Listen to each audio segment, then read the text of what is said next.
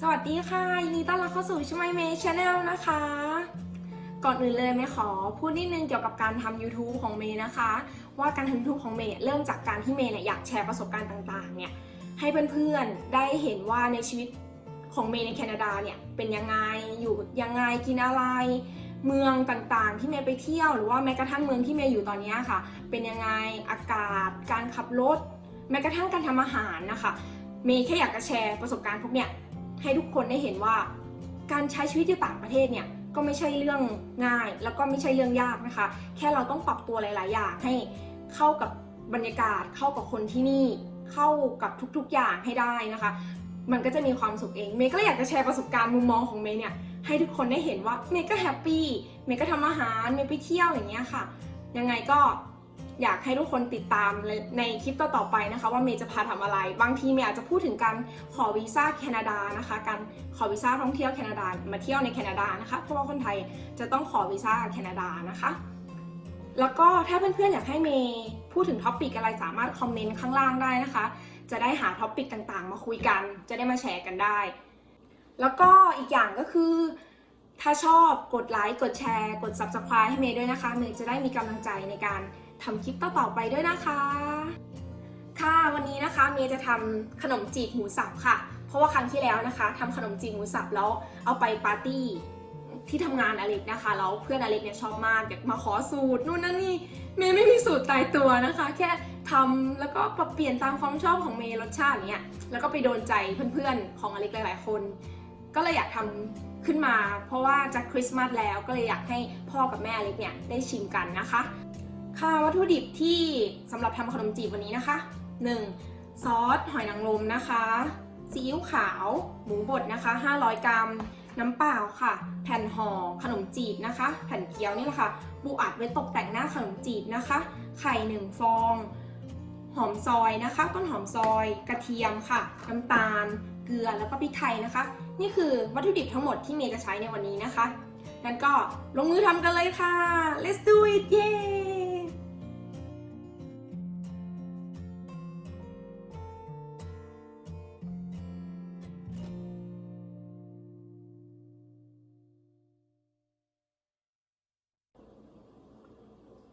ค่ะเริ่มกันเลยนะคะกระเทียม2 หัวนะคะใส่ลงไปเลยแล้วก็พริกไทยป่นนะคะครึ่งช้อนโต๊ะนะคะ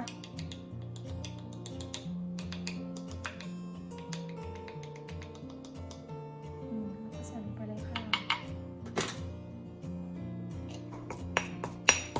ค่ะตอนนี้ก็ละเอียดแล้วนะคะเราก็ตักออกมานะคะที่เราทำได้นะคะใส่กับหมูบดนะคะของเราลงไปเราก็ตักส่วนผสมเมื่อกี้นะคะใส่กับหมูบดนะคะลงไปแล้วเราก็เริ่มตอกไข่ค่ะ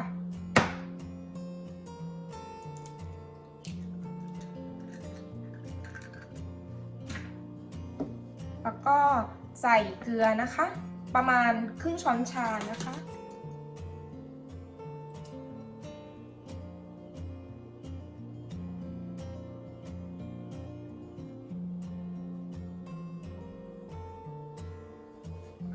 แล้วก็น้ำตาลนะคะ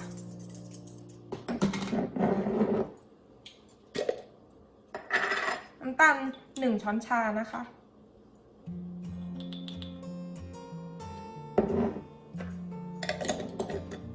ซีอิ๊วขาว1 ช้อนโต๊ะค่ะ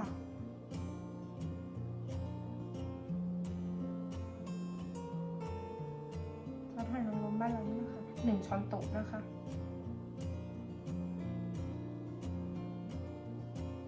หลังจากนั้นนะคะ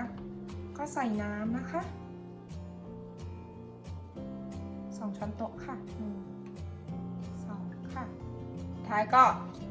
หอมซอยนะคะประมาณ1 กำมือนิดนึง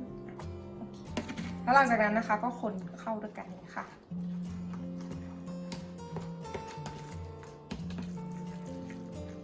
เสร็จเรียบร้อยแล้วค่ะเราก็ได้ไส้มาเรียบร้อยแล้วนะคะไส้สำหรับขนมจีบนะคะแล้วเราก็จะมาเริ่มขั้นตอนห่อเกี๊ยวกันเลยค่ะ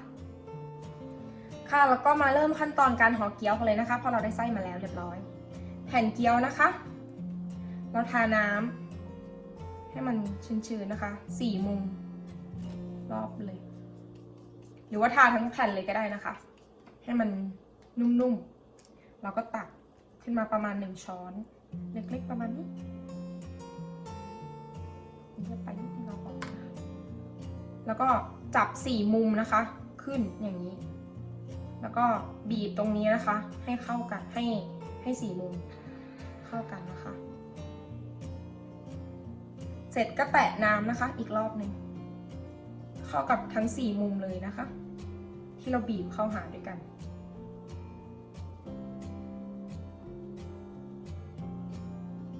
หลังจากนั้นก็พับนะคะแต่ละมุมพับเข้าอย่างนี้เลยค่ะ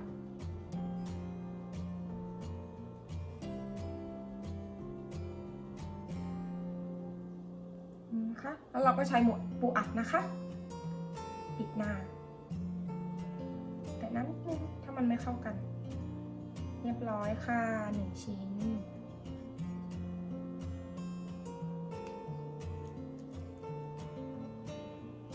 ใส่หมูนะคะลงไปนะคะมันก็จะเหมือนกระทงเนี่ยค่ะมันก็จะเหมือนกระทง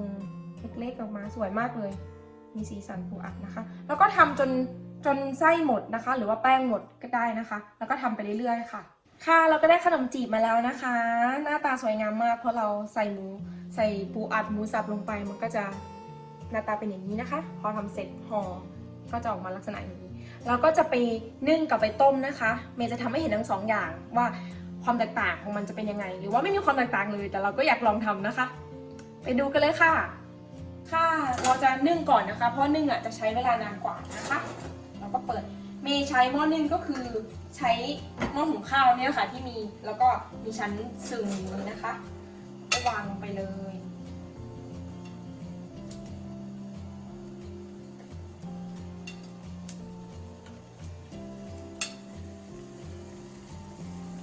แล้วก็ปิดนะคะ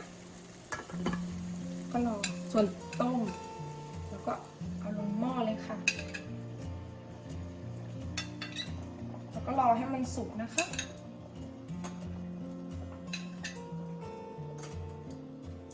เรียบร้อยค่ะขนมจีบก็เรียบร้อยแล้วนะคะมาดูกันดีกว่านี่เป็นขนมจีบต้มนะคะหน้าตาก็จะเป็นแบบนี้ตักขึ้นมาเมย์ต้มประมาณ5 นาทีนะคะ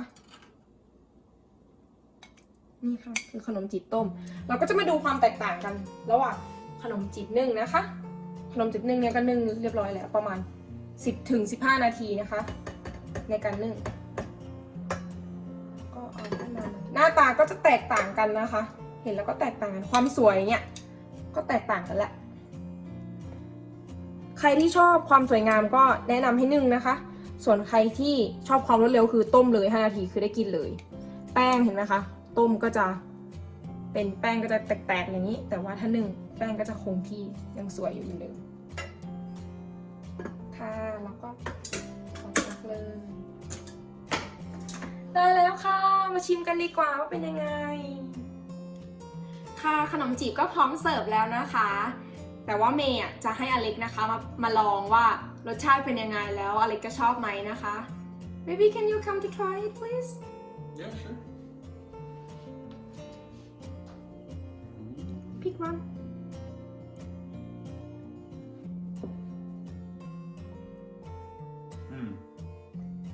It's super good. Oh Yeah, my family is gonna love it. that's nice I really hope they're gonna love it I'm sure they will. Okay Oh, thank you. Okay thank you ค่ะอเล็กก็ชอบนะคะต่อไปก็จะให้ที่บ้านอเล็กนะคะลองกันว่าจะชอบแบบอเล็กที่ชอบไหมยังไงวันนี้คลิปก็จบแล้วนะคะถ้าชอบช่วยกดไลค์กดแชร์กด Subscribe ด้วยนะคะเป็นกำลังใจให้เมย์ทำคลิปต่อๆไปด้วยนะคะบ๊ายบายสวัสดีค่ะ